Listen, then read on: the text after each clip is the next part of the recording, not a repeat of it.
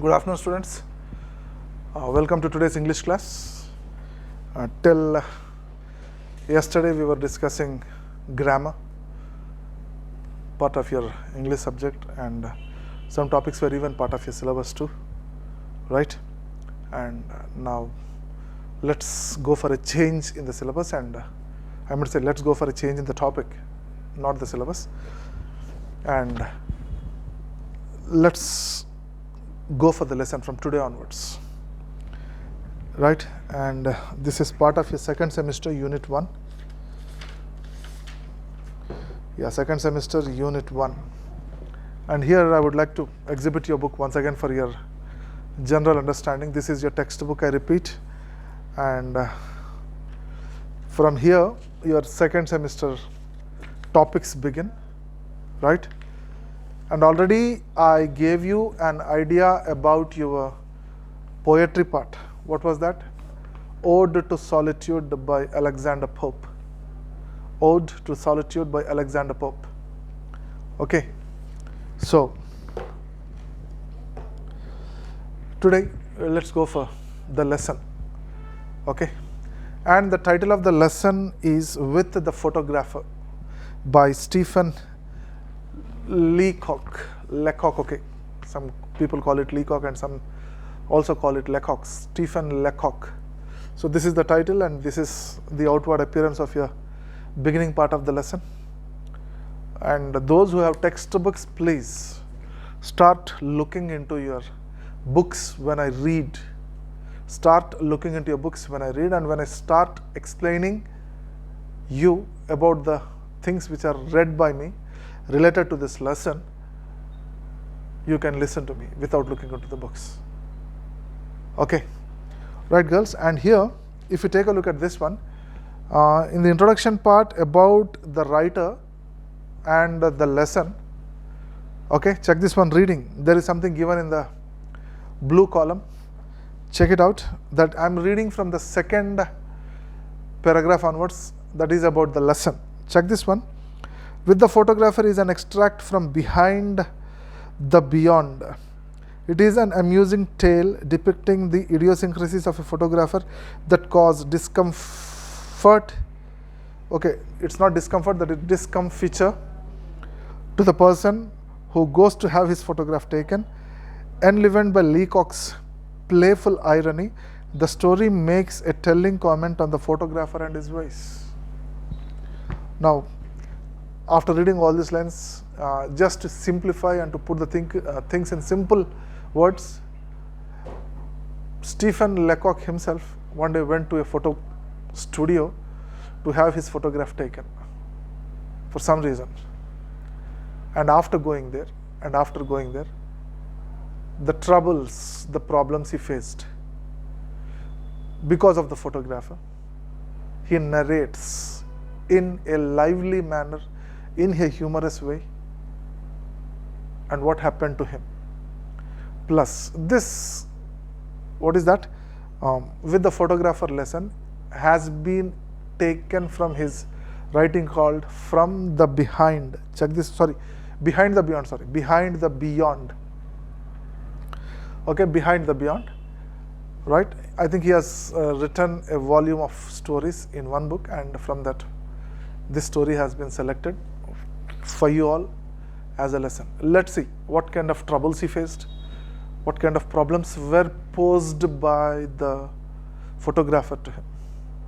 Okay, check this. Now I'm beginning, girls. Those are books. I suggest you, while I read, please look into your books.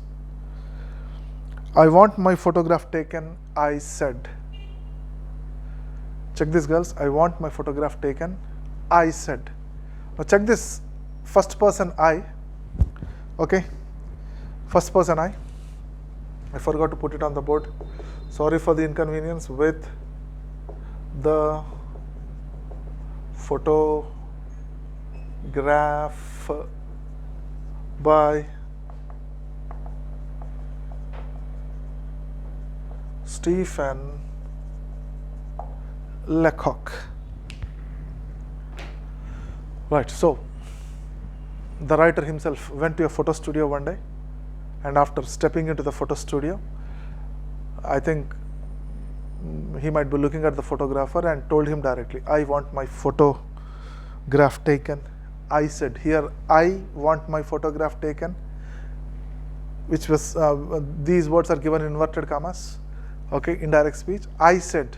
So here, I want my photograph taken. I said, both these I's are, first person I's are none other than the writer himself, that is Stephen Lecoq. Okay. The photographer looked at me without enthusiasm. He was a thin man in a grey suit with the dim eyes of a natural scientist.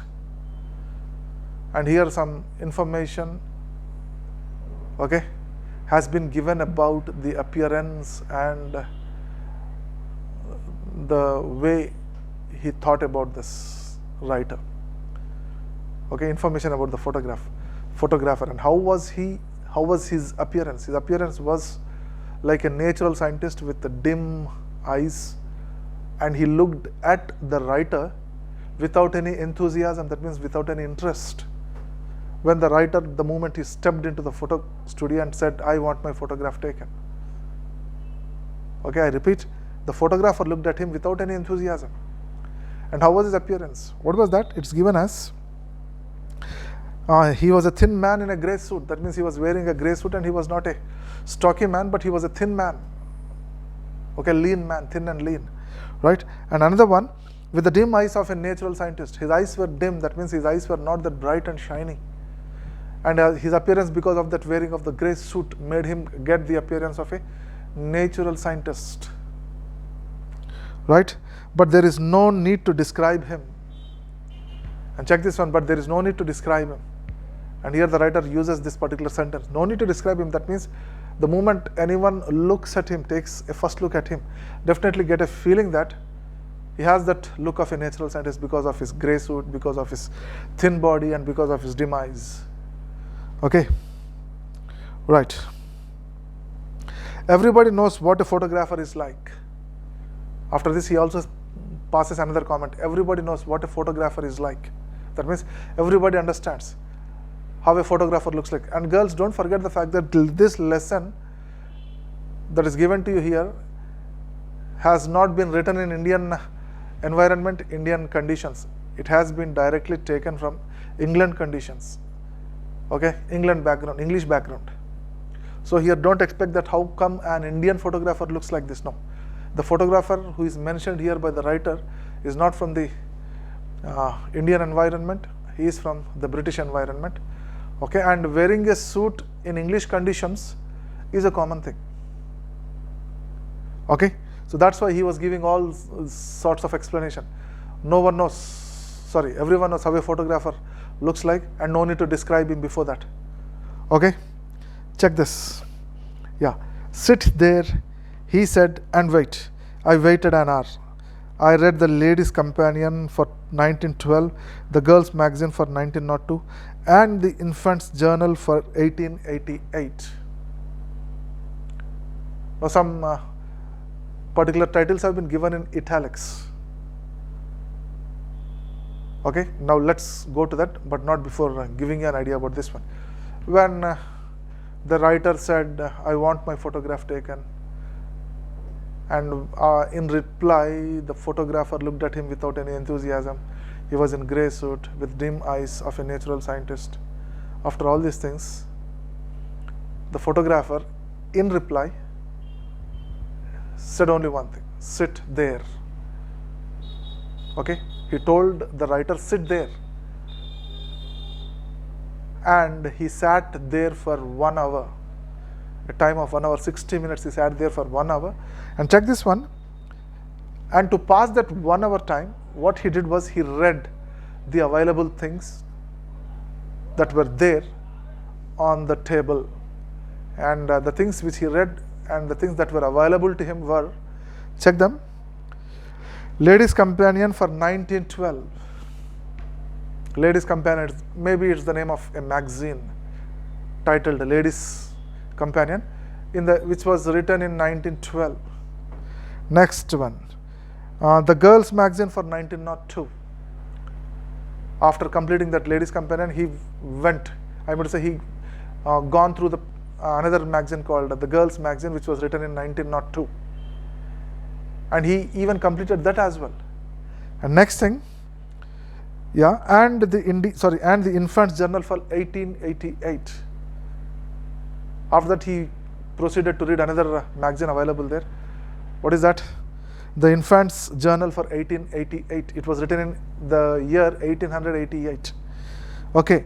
Now with this you can understand that the story that has been described here must have been written in the beginning of the 19th century. Okay. Next thing. I began to see that I had done an impertinent thing in breaking in on the privacy of this man's scientific pursuit with a face like mine. Check this one. What is that? I repeat, I began to see that I had done an impertinent thing in breaking in on the privacy of this man's scientific pursuit with a face like mine. And girls, here take a look at these two things. The words impertinent and pursuit both have been printed in blue colors. Okay, and the blue color things printed in blue color is a suggestion that they have meaning behind the lesson. And what is that? Impertinent, impolite, here used ironically. And another one, pursuit, the act of chasing something to obtain it. Now check this one, girls. Impertinent, that means impolite. Opposite of polite is impolite. Okay, and here even after waiting for 1 hour time, and in that 1 hour time he also covered those 3 magazines available on the table for passing the time. And even then there was no movement in the photographer. And looking at his gestures, looking at his way of behavior, this writer thought that he might have made an impolite entry into his photo studio because he was busy in some other pursuit. That means he was busily doing some other things without caring for the writer who stepped into his photo studio. Okay, next thing, girls, second paragraph. After an hour, the photographer opened the inner door. After an hour, the photographer opened the inner door. That means there is a door which leads to the other room from the front room. So he opened the door of the inner room. And check this one. Come in, he said severely. Come in, he said severely. Severely means seriously, with a serious voice. Come in. Imagine the situation if you are there in place of that writer Stephen Lecoq. And imagine the situation, imagining yourself in place of that photographer, and imagine also that situation if that photographer talks to you seriously in a serious voice. Come in. Right? And check this one. I went into the studio. Sit down, said the photographer. And the next room, after the door was opened, in that next room there was that photo studio. I meant to say there was that camera and the other required equipment for taking the photograph of any person who comes in. Okay, so next thing. I went into the studio. Sit down, said the photographer. He went into the studio and the photographer told him, sit down. Next, I sat down in a beam of sunlight filtered through a sheet of factory cotton hung against a frosted window. Now when he sat there in the chair, right, and what was happening then, check this one. In a beam of sunlight filtered through a sheet of factory cotton hung against a frosted window. What is a frosted window, girls? Frosted window is a window where it is totally covered with ice, where it is totally covered with snow. I meant to say snow. When the snow falls in a country like England, the entire homes, this and that, everything gets covered with snow. And here the window that was there to that photo studio was also completely covered with snow. That's why it is called a frozen one, right? And to that frozen window, a sheet of cotton was hung, and there might be some gap or a hole in that cotton sheet, and through that cotton sheet the sunlight was falling into the studio, and he was made to sit against the sunlight, and the sun rays were directly falling on the on the face of that sorry, writer, Stephen Lecoq. Okay. Next thing, the photographer rolled a machine into the middle of the room and crawled into it from behind. Now, did you understand this, girls? The photographer rolled a machine into the middle of the room. Rolled a machine into the middle of the room. Machine. Okay. I hope you know that what a machine is, which runs when there is power, which runs sometimes with the battery and sometimes which is operated manually by the person who takes care of it. Now he rolled a machine, that means from behind he pushed it and the machine moved forward and he brought it into the middle of the room. And check this one after that, and crawled into it from behind. Crawled, that means he crept. Okay, from behind the machine. And girls, don't be in the illusion that the cameras which you are seeing nowadays in photo studios, different kinds of high-end cameras, I would say modern cameras, automatic cameras, this and that. In the beginning of the 19th century, there was nothing like this. It was a very old-fashioned camera where everything had to be done by the person who operates it or who operated it. Okay, so from behind he crawled into it. From behind he crawled into it. Next thing, yeah, he was in only a second, just time enough for one look at me, and then he was out again, tearing at the cotton sheet and the window panes with a hooked stick, apparently frantic for light and air. So the photographer, after going into the machine which he rolled into the middle of the room from behind, okay, from behind, came out just after 1 second time. It took only 1 second time. And here the writer gives us the idea that why he stayed there only for 1 second behind that camera was just to have a look at the face of the writer. Just to have a look at the face of the writer. And that is enough, he says. And the moment he came out of that machine from behind, he took a hooked stick. He took a stick which had a hook at one bottom, I would say at one end. Okay, so what happens is, with that hooked stick, he was pulling the cotton sheet which was hung there to that frozen window, because he wanted to get more and more light, because the cotton sheet which was there was an obstacle which was stopping the sunlight from falling into the studio. So with that hooked stick, he was pulling it out. And if that cotton sheet gets pulled away totally, the photographer gets the required amount of sunlight into the photo studio so that he can take a clear look and he can have a clear photograph of the writer as he desired. Okay. Next one. Then he crawled back into the machine again and drew a little black cloth over himself. Once again, the photographer repeated the same feat, F-E-A-T, not F-E-E-T, F-E-A-T, same feat. That means when he brought the machine for the first time into the middle of the room, what did he do? From behind, he went into the machine, came out after 1 second. Now, he did the same thing. He went into the machine once again, but this time after going into the machine from behind, he pulled a black cloth over himself so that nothing can fall onto his face to distract his attention. Because the old-fashioned cameras were like that in those days. You might have seen in the movies and televisions, this and that. Okay, next thing. Yeah, this time he was very quiet in there. This time he was very quiet in there. Look at the spelling, girls, here, quiet, Q-U-I-E-T. That means this time he was very quiet in there, means he did not even make any noise. Very silent, he remained silent there. And this time he did not come out after just a second's time. He stayed there for some time and he did not even make any noise. Okay, I knew that he was praying. I knew that he was praying and I kept still.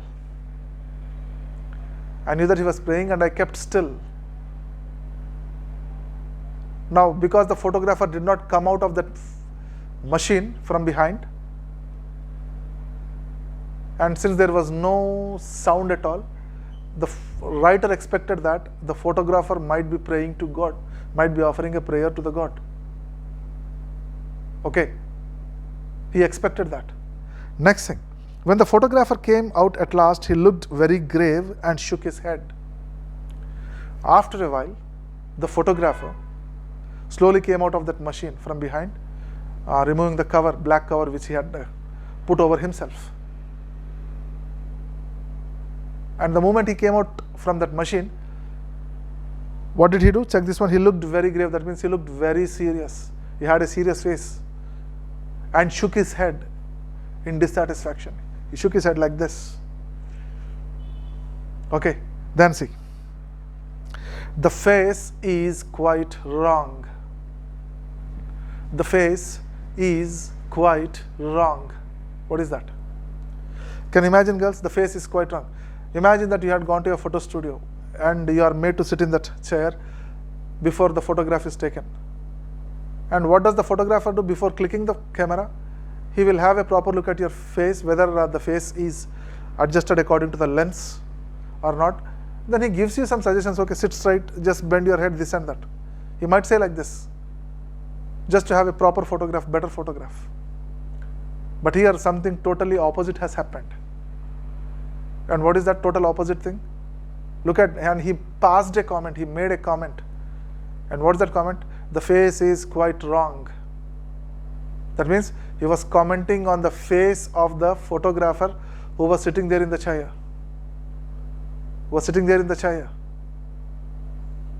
Okay.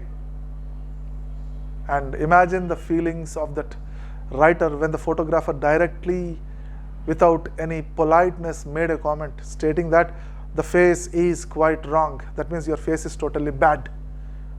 How do you feel if someone passes a comment on you if you go to a photo studio to take your photograph?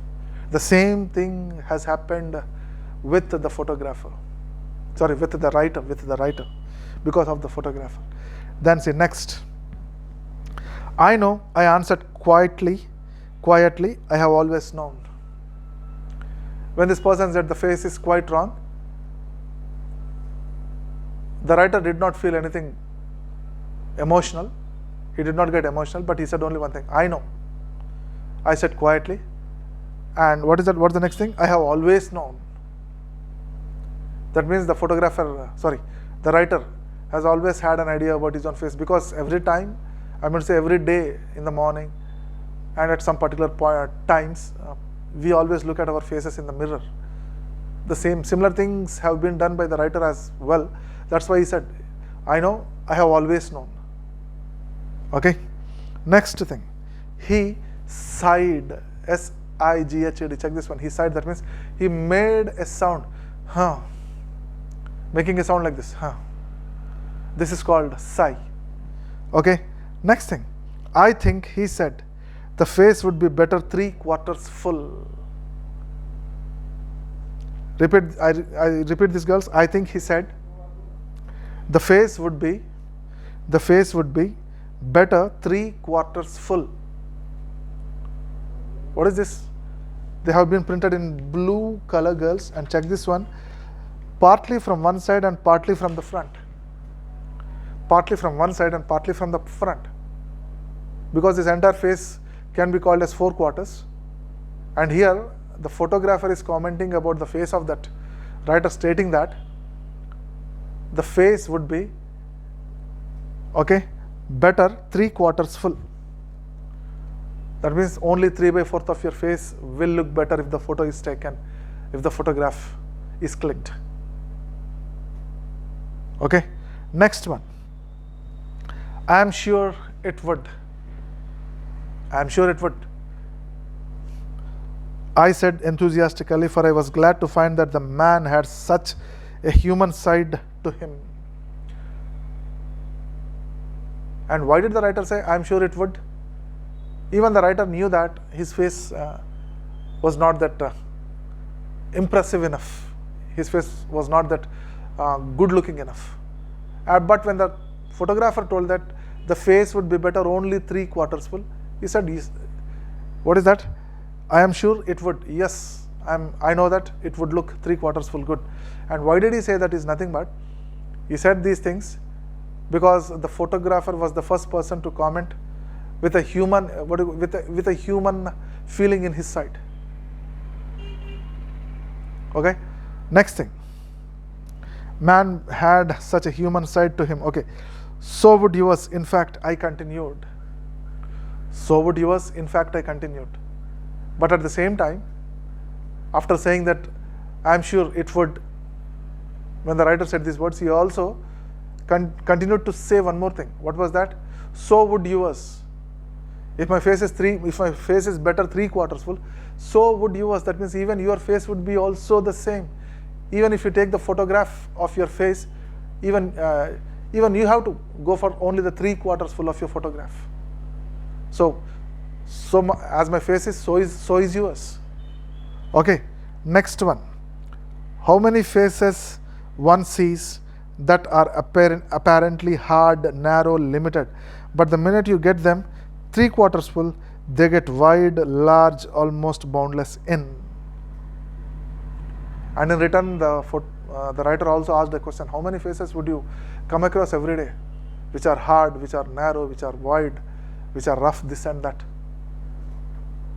However, they are naturally, but when the photograph is clicked, okay, they automatically get enlarged, they automatically get adjusted. In that way, you can make a person's photo look better. This is what the writer said to the photographer. Okay, another one. Yeah, but the photographer had ceased to listen. He came over and took my head in the hands and twisted it sideways. I thought he meant to kiss me, and I closed my eyes. And when the writer was saying these things, how many faces would you come across every day, which are, narrow, which are rough, which are wide, this and that. When he was saying all these things, in fact, the photographer was not in the mood to listen to the words said by the writer. He was not in the mood to listen to those words. Instead of paying attention to those words, what he did was, he directly came to him. He directly came to him, where the writer was sitting in the chair, took the face of the writer into his hands, and started moving it towards him. And looking at this gesture, the writer felt that the photographer was about to kiss him. Okay, the writer got the feeling that the photographer was in the mood to give a kiss to the writer, or give a kiss on the face of the writer. And in response, the writer also did one more thing. What was that? He closed his eyes in happiness, I think, in joy. He closed his eyes in joy, with joy. The next thing, check this one.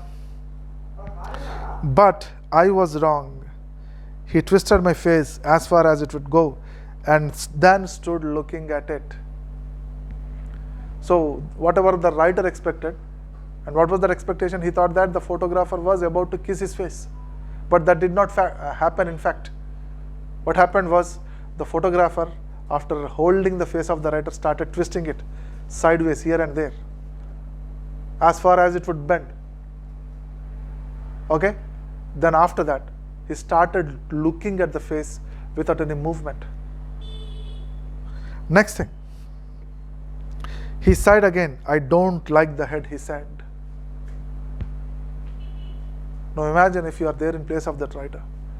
If the photographer comments on your facial features, your appearance, your head, stating that the face, I don't like your head. I don't like your head. If the photographer says to you, the same thing has happened with the writer. The photographer directly commented, I don't like your head. Okay girls, the time is up. See you tomorrow.